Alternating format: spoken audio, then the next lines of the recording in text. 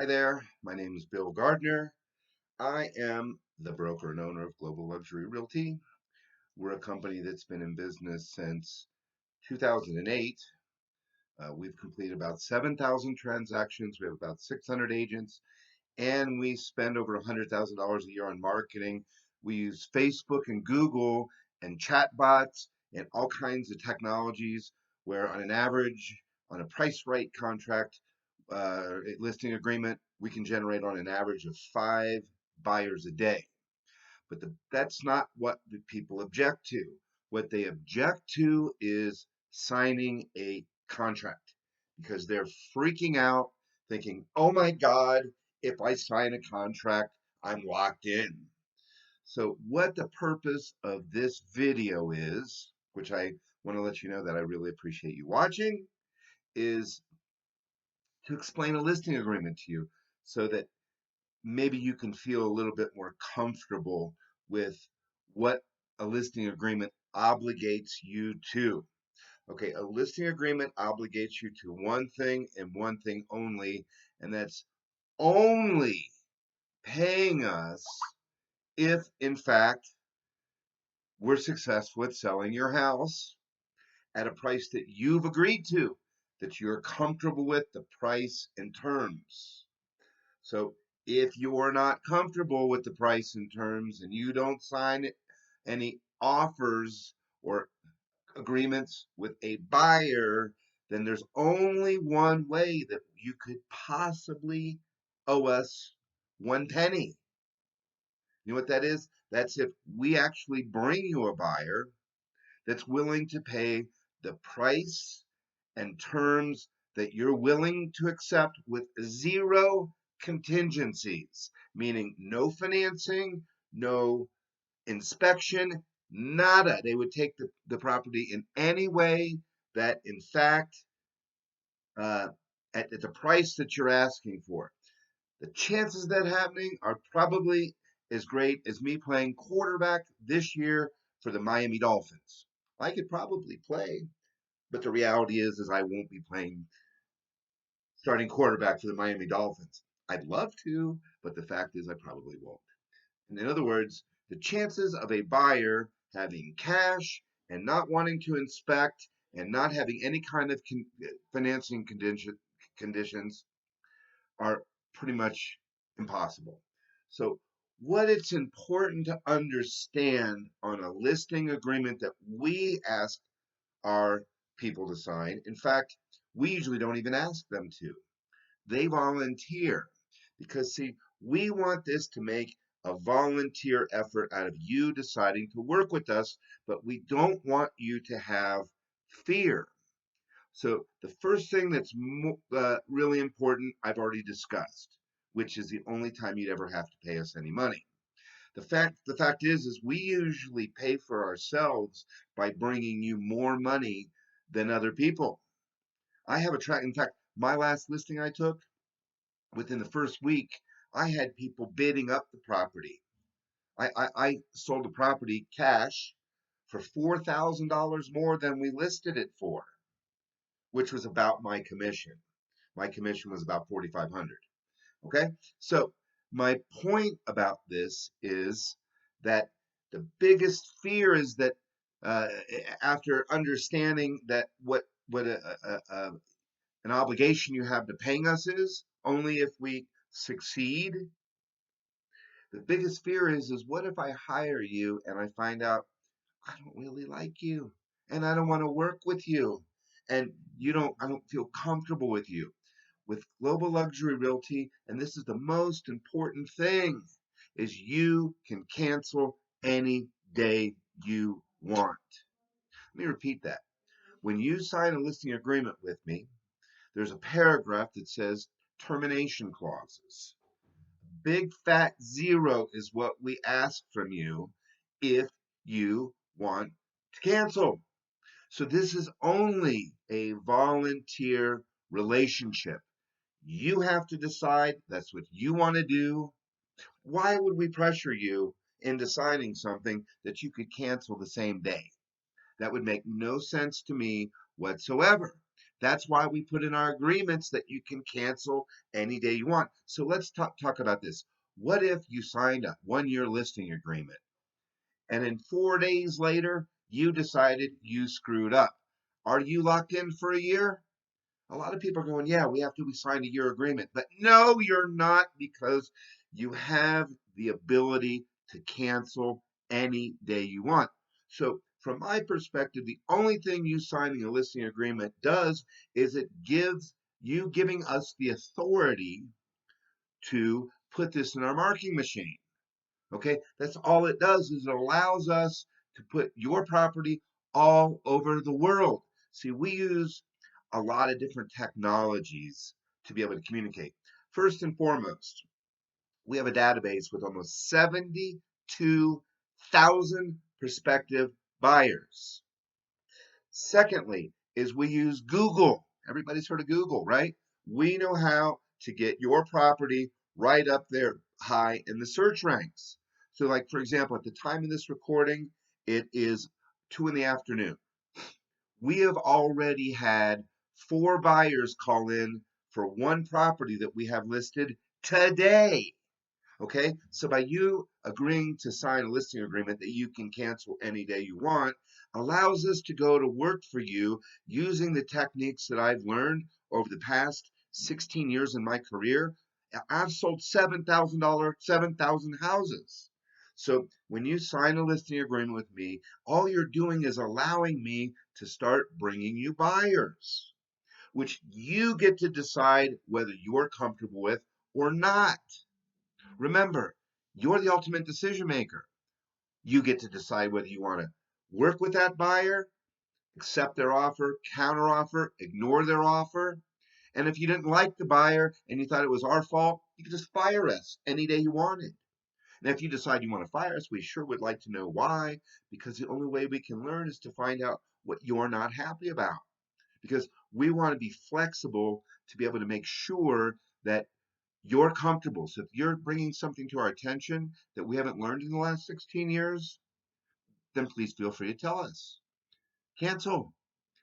Okay. All that would authorize me to do then is remove all of our marketing. But when you sign a listing agreement with us, we start advertising it to our 71,000 buyers, nearly 72. We put it on Google on what's called pay-per-click.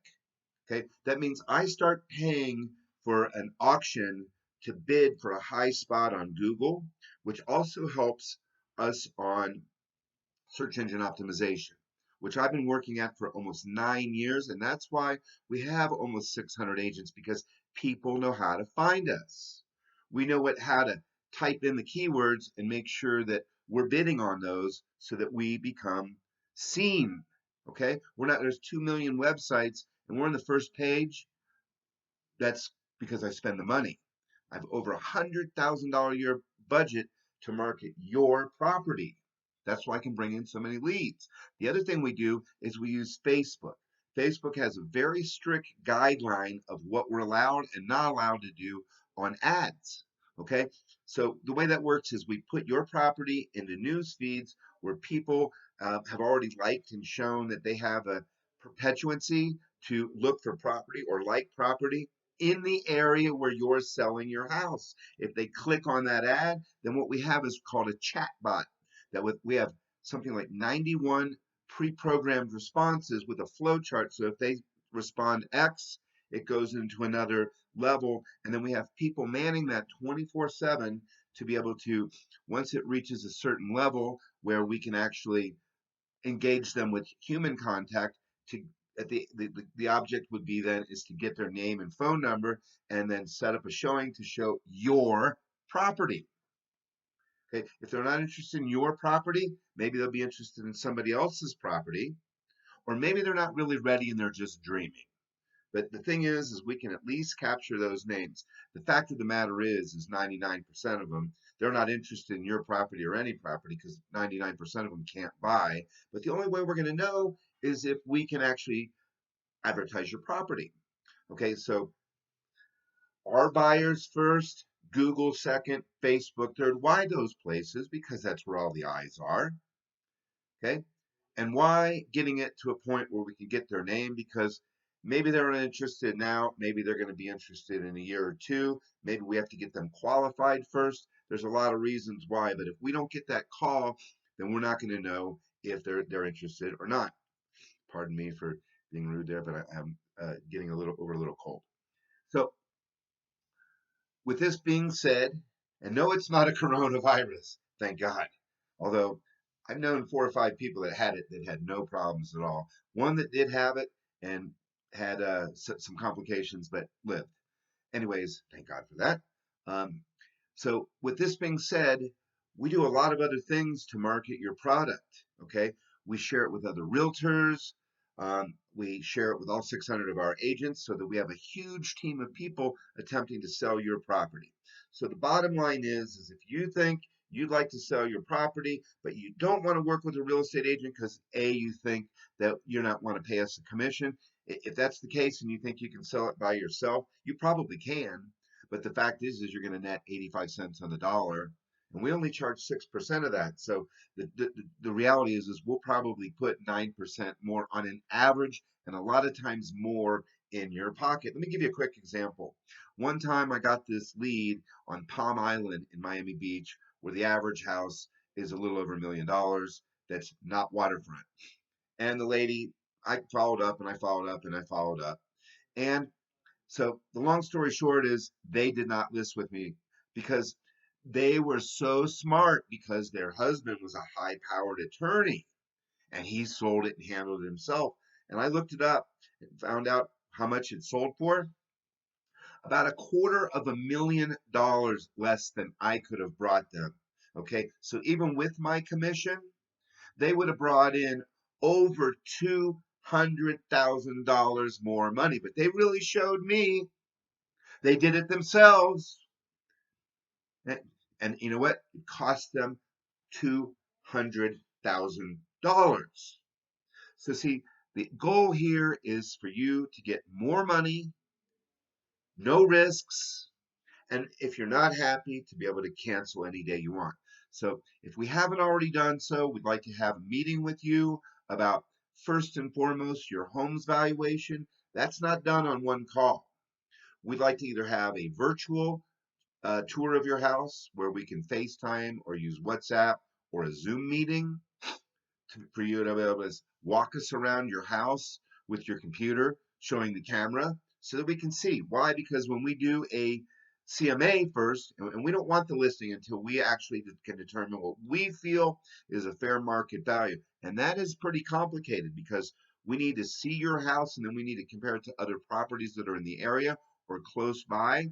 Why close by? We like to see your property because we try to dig deeper. We want to go to comparable properties that sold, not just take it for its face value. We want to talk to that agent because we want to know if there was any concessions made. We want to look at the kitchen, compare it to your kitchen. Maybe they have a kitchen that was horrible and you just put a brand new kitchen in, so we need to up price your house. Maybe they put a new kitchen in, you put a new kitchen in. Maybe they had a lot nicer appliances and a lot nicer counters and cabinets. And we have to kind of adjust for that. Maybe they have an addition. There's a lot of things that can affect the price beyond just the price per square foot. So we like to see your house. You don't have to have us there because A, we're in a coronavirus time where we're all quarantined. B, the fact is that we can do this virtually and we can do it on a phone call. So it just makes it really fast and easy. Okay. Um, then we want to allow us time to actually do the work. We're going to need a week or two, maybe even 3 to really do the work because we want to see what the market conditions are. But we want to be able to see what, uh, how many houses are on the market now, with the average house per number of houses sold per month. Because, for example, let's say there's 100 houses in your zip code or in your area, and 20 a month have been selling on an average for the last 3 months. Then we know that there's about a 5-month supply because 20 times 5 months is 100. And maybe that will show us if it's a buyer's market or a seller's market. We also want to know what your situation is, why you're selling. Why? Because let's say that you have somebody had sold that got a job in a new city and needed to buy a house and they needed to sell faster than you, they might have priced the house lower. So there's a lot of variables that go into best practices on comparative market analysis. How would I know about this? Well, all real estate agents every 2 years are required to take continuing education. This year, one of my continuing education classes, and I took it about 6 weeks ago, was best practices for CMA. So I just took a 4 hour class on it. And what I'd like to be able to do is talk to you a little bit more. If in fact you think this is valuable information, you might have some questions for me. Another thing we'd like you to do is call us, Bill Gardner, 786-501-9206. If you feel that this was valuable, maybe you have some more questions. Another thing we'd like you to do is, you'll see this was a YouTube video. If you think this is interesting, maybe share it with somebody or subscribe to our channel if you'd like to get more information. My name is Bill Gardner of Global Luxury Realty. I really appreciate you watching this video. My number is 786-501-9206. And thanks again.